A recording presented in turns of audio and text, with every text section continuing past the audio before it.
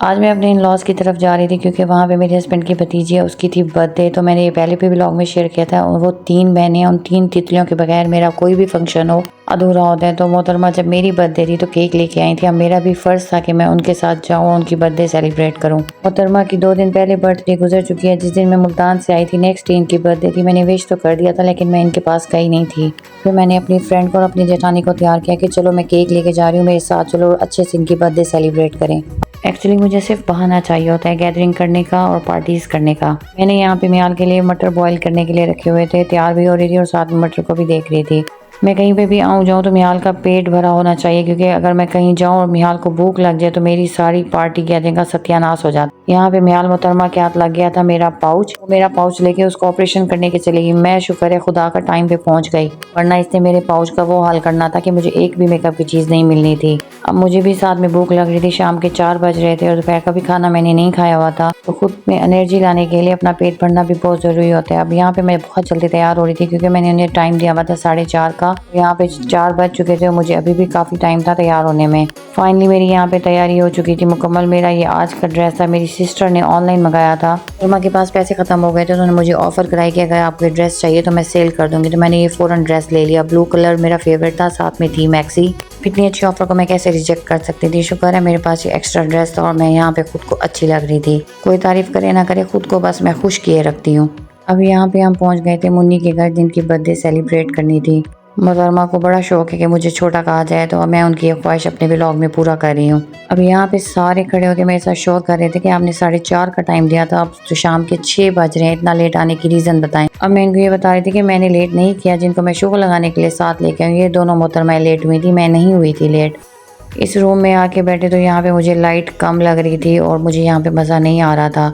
मैंने उन लोगों से कहा कि यहाँ पे हम बर्थडे सेलिब्रेट नहीं करेंगे क्योंकि यहाँ पे लाइट कम है, और जहाँ पे लाइट कम हो तो मुझे बिल्कुल भी मज़ा नहीं आता। तो हम यहाँ मुन्नी के बेडरूम में आ गए। ये मास्टर बेडरूम था, यहाँ पे ज़्यादा मज़ा आना था और यहाँ पे लाइट भी काफ़ी अच्छी थी। जहाँ कहीं पे भी मुझे शीशा नज़र आता था मैं कैमरा लेके खुद को सामने ले आती थी, और अभी तक मेरी सेटिस्फेक्शन नहीं हो रही थी।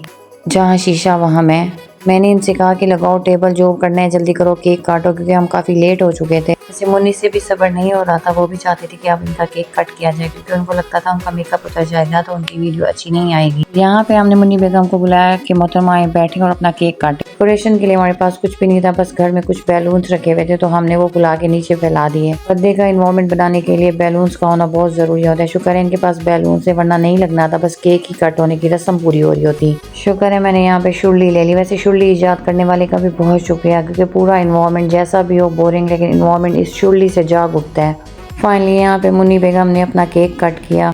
केक कट करने के बाद मैं वेट कर रही थी कि ये मोहतरमा मुझे खिलाएंगी, क्योंकि बर्थडे का प्लान मेरा था तो मैं इनकी सेलिब्रेट कर रही थी और केक भी मैं लाई हुई थी। अब मुन्नी बेगम ने केक कट करने के बाद सबसे पहले केक खिलाया अपनी अम्मा जी को। मैं यहाँ पे बड़ी खुश फहमी के साथ खड़ी थी कि मोहतरमा मुझे बुलाएंगी कि आए आप भी केक खाएं, लेकिन नहीं, दिल ही दिल में अपनी इंसल्ट फील किए जा रही है। यहाँ मोहतरमा बड़ी खुशी से बैठ के सबसे पैसे वसूल किए जा रही थी, सबसे पैसे ले भी रही थी और साथ में आवाज़ भी लगा रही थी कि अगर किसी और ने पैसे देने हैं तो दे दें। ऐसे जैसे शादियों पे मिरासन आती है और पैसे मांग रहे होते, इसका भी अभी वही हाल लग रहा था। इन्होंने तो मुझे केक खिलाया नहीं है, तो मैंने सोचा जो मेरी चाय और रस केक रखे हैं मैं क्यों ना यही खा लूँ। अब यहाँ हुआ मुन्नी बेगम के साथ मोए मोए। मोहतरमा की हील टूट गई थी और यहाँ सबके ऊंचे ऊंचे कह के, स्पेशली मेरे कह के तो आसमान को छू रहे थे। अब मैंने सोचा कि हील तो देखो, अब देखे ज्यादती के हील इतनी पतली थी, ऊपर से 80 किलो का वजन, तो क्या ये खाक बर्दाश्त करेगी।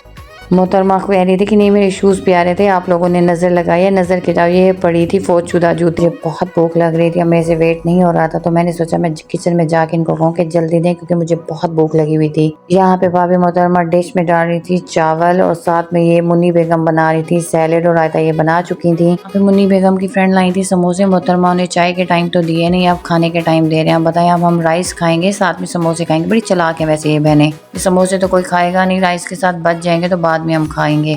बड़ी शातिर और सक्सेसफुल प्लानिंग करने के बाद ये मोहतरमा अब ट्रे बना रही थी सैलेड का।